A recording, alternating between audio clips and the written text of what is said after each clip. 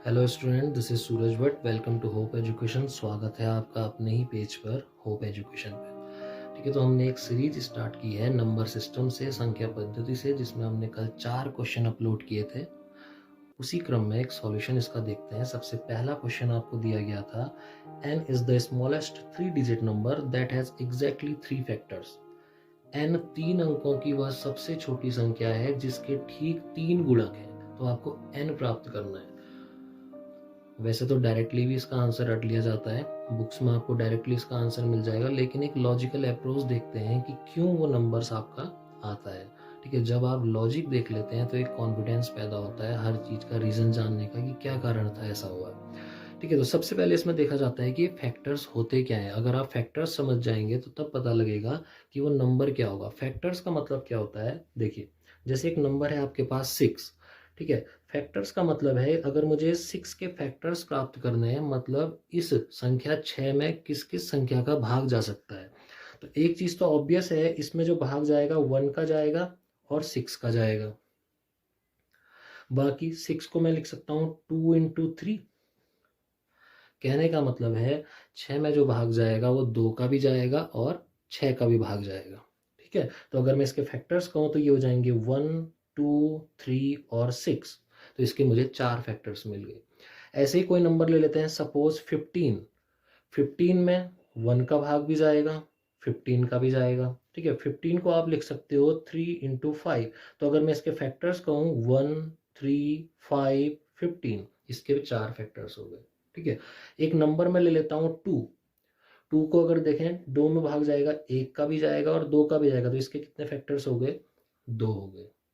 अगर मैं एक नंबर बोलूँ 3, 3 में 1 का भाग जाएगा और 3 का भाग जाएगा। तो इसके फैक्टर्स हो जाएंगे 1 और 3। तो दुनिया में कोई भी ऐसा नंबर नहीं है जिसके मिनिमम 2 फैक्टर्स ना हो। क्यों?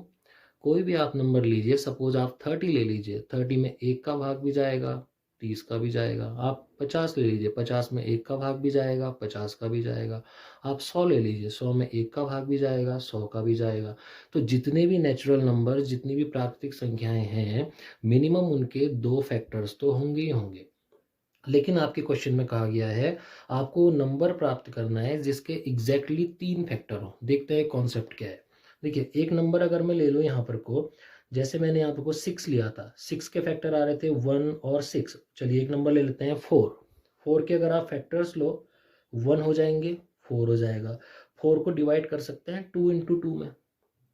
तो इसके कितने फैक्टर्स हो जाएंगे। ऐसा कभी नहीं कहा जाएगा कि ये जो नंबर 4 है इसके 4 फैक्टर्स हैं, 1, 2, 3, 4, क्योंकि ये दोनों तो आइडेंटिकल है, सेम है, तो इसको एक ही काउंट किया जाएगा। तो अगर मैं 4 के फैक्टर्स की बात करूं तो हो जाएगा 1, 2 और 4।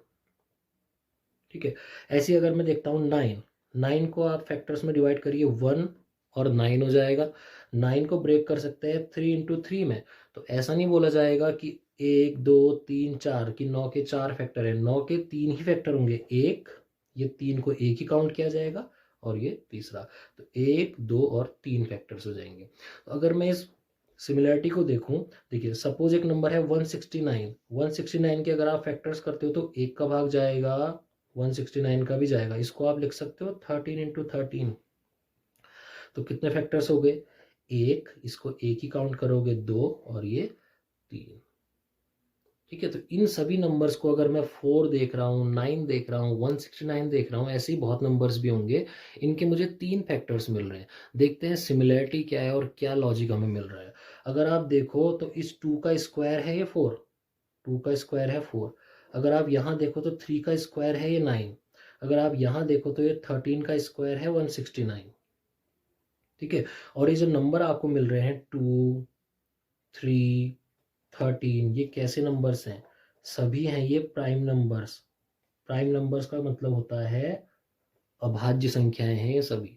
अभाज्य संख्या क्या होती है, ऐसी संख्याएं जिसके सिर्फ 2 ही फैक्टर्स होते हैं। एक तो वो नंबर खुद होता है और एक फैक्टर होता है 1। प्राइम नंबर की डेफिनेशन क्या है, a number that is divisible by 1 and itself. जिसके सिर्फ 2 ही फैक्टर होंगे, या तो एक होगा या वो खुद से होगा। ठीक है। ऐसा नंबर से आप देख सकते हो 2 के अगर आप फैक्टर्स देखो या तो 1 है या वो नंबर खुद है 2। अगर आप 3 की बात करो वो नंबर है 1 या फिर वो नंबर है 3। अगर मैं 11 की बात करूं या तो इसमें 1 का भाग जाएगा या 11 का ही जाएगा, तो ये कैसा नंबर्स हो जाएंगे, प्राइम नंबर्स हो जाएंगे। और एक कॉन्सेप्ट याद रखिए, एक लॉजिक याद रखिए, जो भी इन फैक्टर से हम लॉजिक देख रहे हैं, क्या लॉजिक क्रिएट हो रहा है, किसी भी प्राइम नंबर का, किसी भी अभाज्य संख्या का अगर आप वर्ग करते हो, स्क्वायर करते हो, तो जो भी नंबर आपको प्राप्त होगा उसके एग्जैक्टली 3 ही फैक्टर होंगे।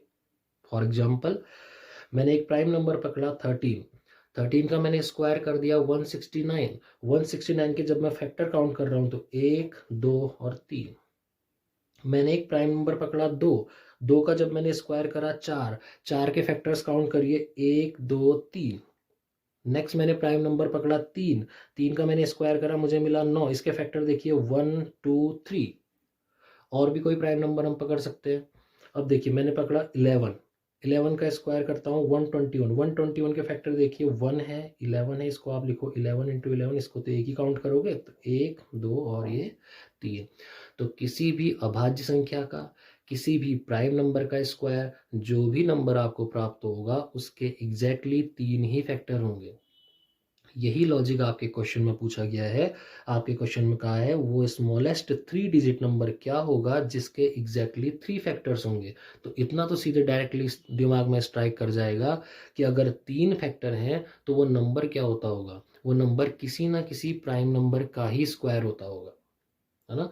अगर 3 फैक्टर्स की बात कर रहा है, एग्जैक्टली 3 फैक्टर्स की बात कर रहा है, तो वो जो नंबर होगा किसी ना किसी प्राइम नंबर का ही स्क्वायर होगा। तो अगर आप प्राइम नंबर का स्क्वायर देखने की बात करें, सबसे छोटा प्राइम नंबर हो गया 2 का स्क्वायर अगर आप करते हो ये आता है 4। ये एक 3 डिजिट नंबर नहीं है, ये क्या है, सिंगल डिजिट नंबर है।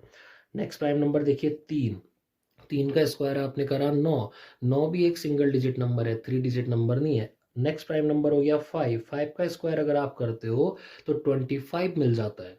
तो अगर आपको स्मॉलेस्ट 2 डिजिट नंबर कहा होता तो वो नंबर क्या बनता, 25, है ना, जिसके सिर्फ क्या होंगे, 3 फैक्टर होंगे। तो एक फैक्टर होगा इसका 1, एक होगा 25 और एक क्या होगा, 5 होगा।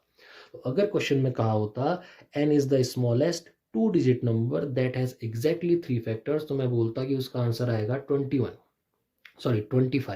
ठीक है। ऐसे ही आगे बढ़ते हैं। नेक्स्ट प्राइम नंबर मेरे को मिलेगा 7 का होता है 49, नहीं मिला 3 डिजिट नंबर। नेक्स्ट अगर आप देखोगे तो मुझे मिलेगा 11 का अगर आप स्क्वायर करते हो तो ये बन जाएगा 121 is the 3 digit number and it has exactly 3 factors. एक होगा इसका फैक्टर 1, एक होगा 121।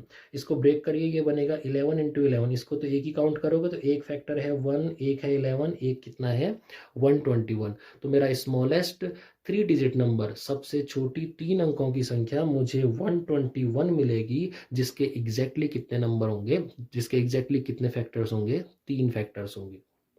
ठीक है। इसी सीरीज में एक अगला क्वेश्चन भी पूछा गया था, अगर आप देखें फेसबुक पोर्टल और इंस्टाग्राम पोर्टल में हमने वो डाला हुआ है सेकंड क्वेश्चन, उसमें बोला गया है n is the not smallest, n is a greatest. ठीक है, इसी का सेकंड क्वेश्चन है n is the greatest 3 digit number that has exactly 3 factors. वहां पर को आपकी सबसे बड़ी संख्या की बात की गई है, वहां पर को सबसे बड़ी संख्या की बात की गई है। अगर सबसे छोटी 121 है, 3 डिजिट में ही आपको लार्जेस्ट में जाना है। लार्जेस्ट में अगर आप जाओ, वैसे अगर देखा जाए सबसे बड़ा नंबर क्या होता है नॉर्मली, 999। मतलब मेरा आंसर 999 के ही आसपास होगा। आप वैसे सोचिए 30 का अगर आप स्क्वायर करते हो, आप 30 का स्क्वायर करते हो तो ये आता है 900। 31 का स्क्वायर करिए 961, 32 का स्क्वायर करिए 1024, तो वो नंबर क्या हो जाएगा मेरा 961।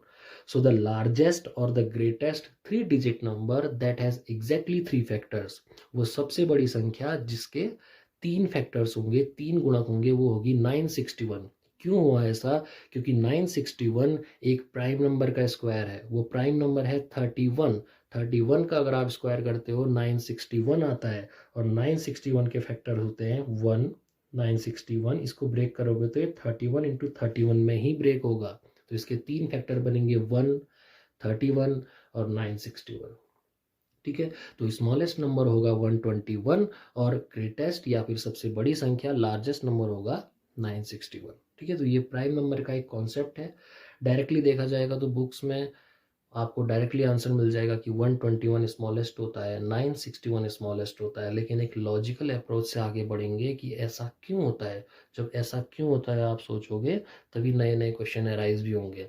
अगर चलिए सपोज आपने याद कर लिया कि 3 डिजिट नंबर तो होता है कितना, 121, एग्जामिनर बोल सकता है 2 डिजिट नंबर, जैसे हमने 2 डिजिट नंबर अभी निकाला, 25 निकाला, है ना। बस एक कॉन्सेप्ट दिमाग में याद रखना है कि अगर कोई भी नंबर आपसे बोला जाए जिसके 3 फैक्टर्स होंगे, 3 फैक्टर्स कब होंगे, जब वो नंबर किसी अभाज्य संख्या, किसी प्राइम नंबर का स्क्वायर होगा। ठीक है, इसके बाद के 2 क्वेश्चन और डाले हुए हैं, उसका सॉल्यूशन हम नेक्स्ट सेशन में देखेंगे। Okay, thank you so much.